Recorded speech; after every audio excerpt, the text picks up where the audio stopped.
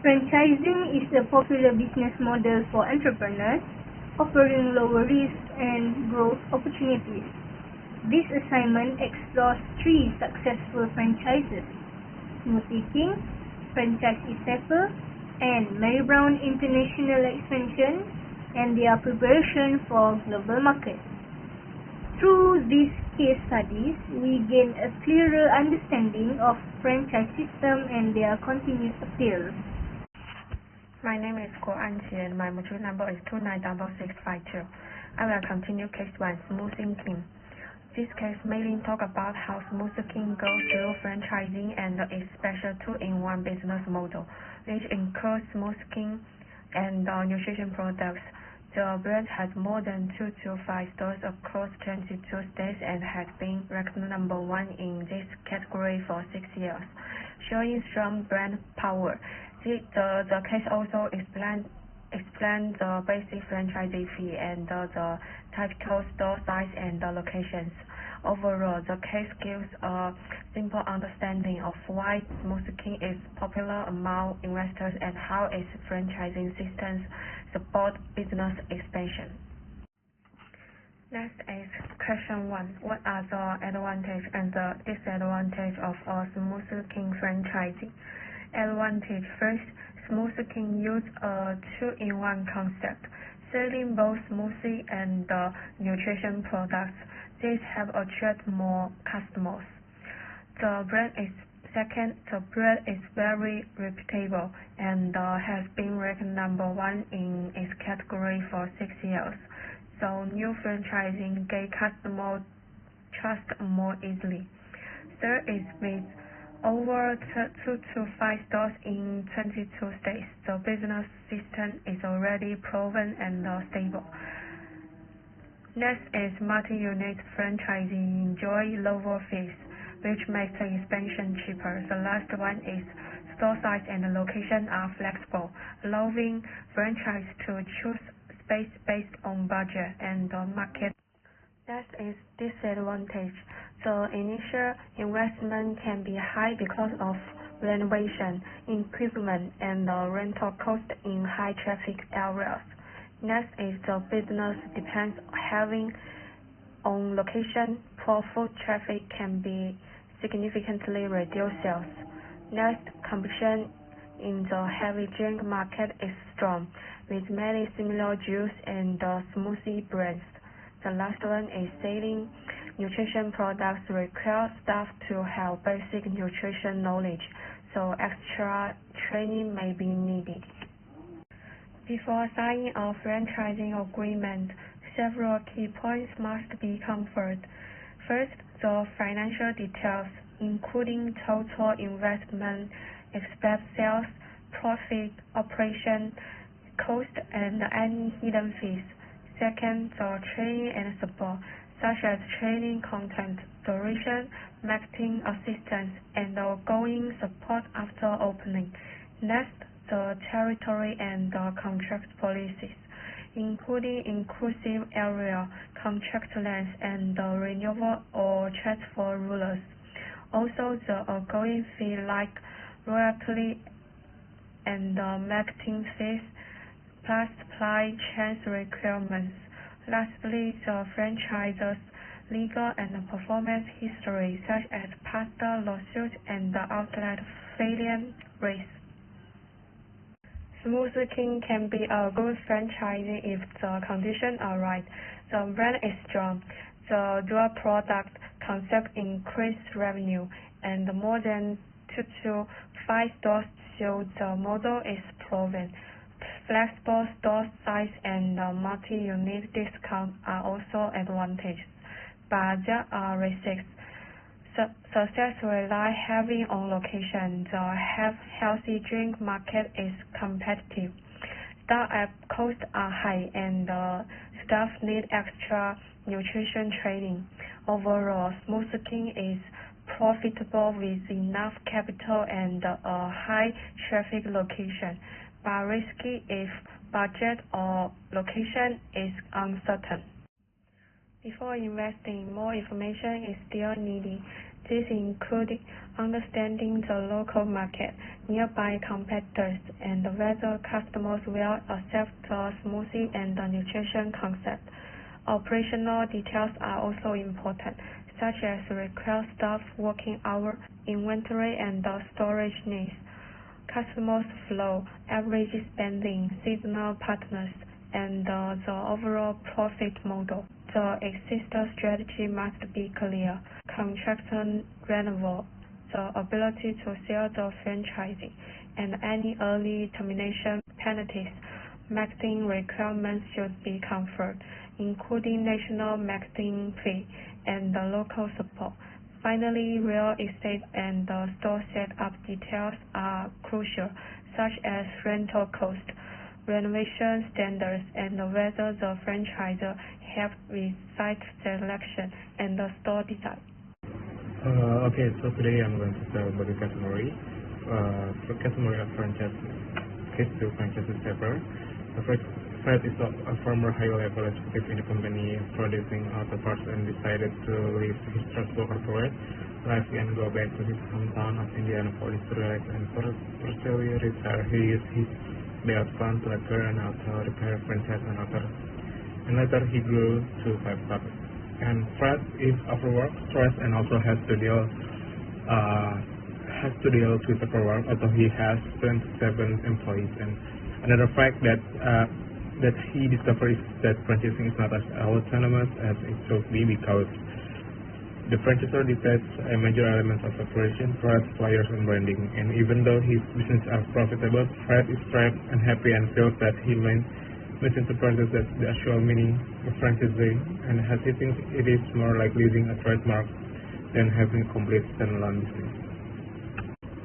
Question 1. Is Fred still suited to be a franchisor? Perhaps did he just not understand what he was getting into as contract signing?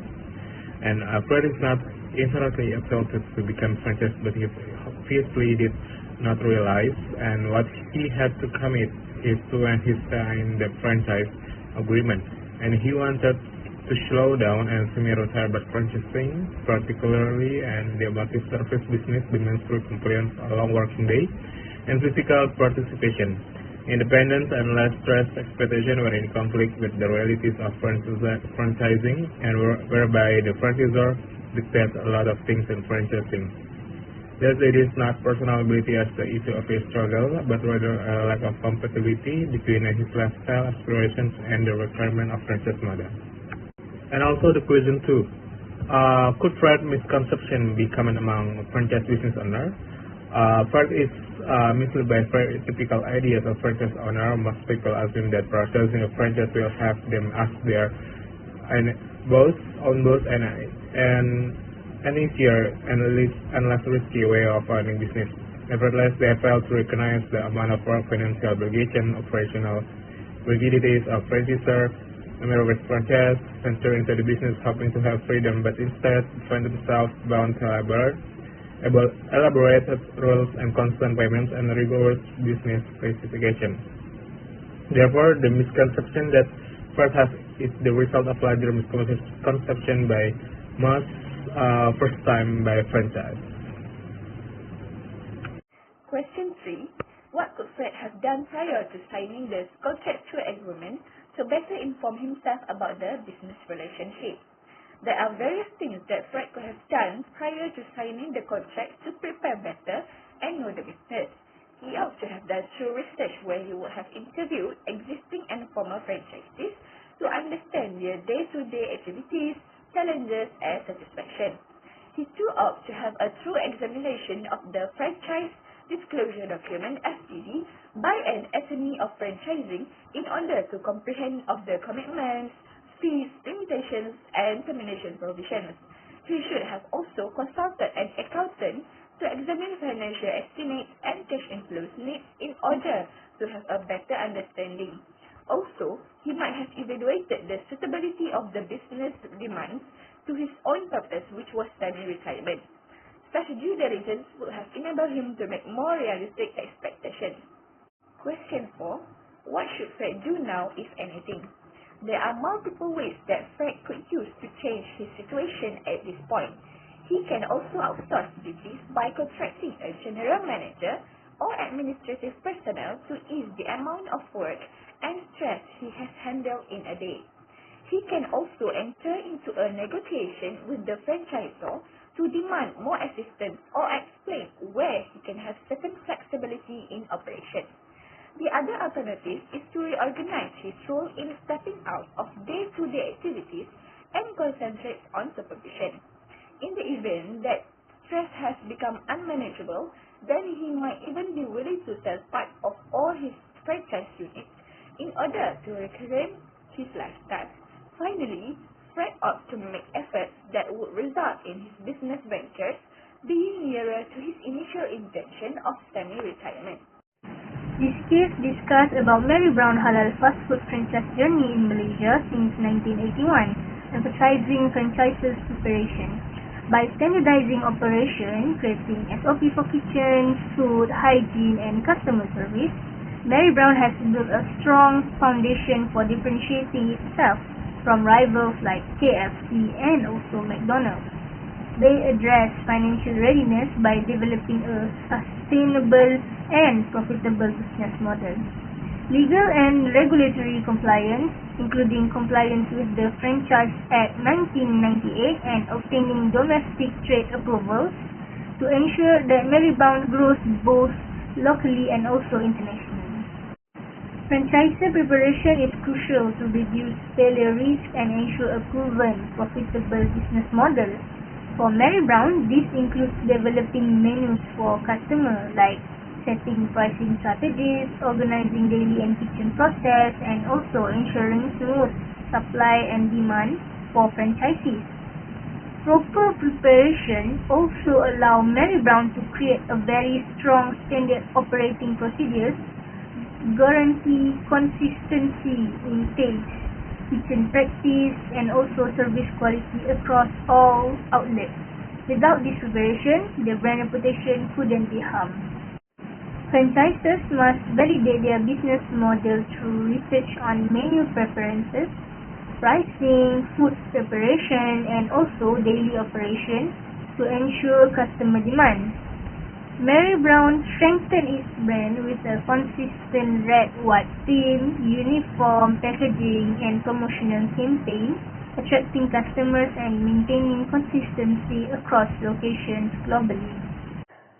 Mary Brown's long-term success can be traced back to its strong preparation in 4 key areas: operation, branding, financial readiness, and legal compliance. First, the company invested heavily in operational standardization. Every outlet, whether in Malaysia or abroad, follows the same kitchen workflow, hygiene requirements, and service procedures. This ensures that customers enjoy a familiar and consistent experience each time they visit. Such reliable strengthens the company's reputation and makes expansion more smoother. Second, Mary Brown built a clearly defined brand identity anchored in house certification and local flavors. This gives the company a distinctive competitive edge, especially against international fast food chains. By aligning the brand with Malaysian preferences and cultural expectations, Mary Brown successfully built strong customer loyalty across different regions. Third, the company demonstrated financial preparedness through pilot stores. These pilot outlets confirmed that the business model could produce sustainable profit margin for franchisees. This means new franchisees enter the system with realistic earning expectations and reduce the likelihood of early failures. Finally, Mary Brown ensured full legal compliance under the Franchise Act 1998 and obtained all necessary approvals from KPDM. This eliminated any uncertainty for franchisees and established a transparent regulatory framework for expansion both locally and internationally. Together, this dual consistency, strong branding, financial viability, and legal clarity laid the foundation for Mary Brown's successful expansion throughout the Middle East, Africa, and Asia. Potential franchisors in Malaysia can learn several important lessons from the success of Mary Brown. First, they must prioritize the development of comprehensive standard operating procedures, strong SOPs covering food preparation, service quality, hygiene, and daily operations ensure that franchisees can deliver consistent results. This consistency is essential to protect the brand and maintain customer trust. Second, the franchisor should focus on cultivating a clear and unique brand identity. Merbang achieves this through halal certification and localized menu offerings which distinguish it from foreign competitors. A strong brand position increases consumers' confidence and helps build long-term loyalty. Third, future franchisors must conduct thorough financial modeling and pilot testing. This step ensures that the franchise system is genuinely profitable for both franchisor and franchisees. Without proof of sustainable margins, franchisees may struggle, leading to dissatisfaction and system-wide failures. Fourth, complete legal compliance is non-negotiable. Franchisor may register under the Franchise Act, obtain relevant ministry approval, and establish transparent agreements. This protects both parties from dispute, confusion, or costly litigation issues commonly seen when franchisors enter the market unprepared.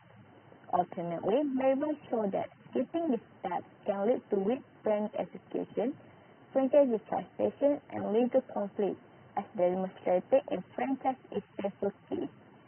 By following Merbang's example, Malaysian franchisors can build strong, trustworthy, and sustainable franchise systems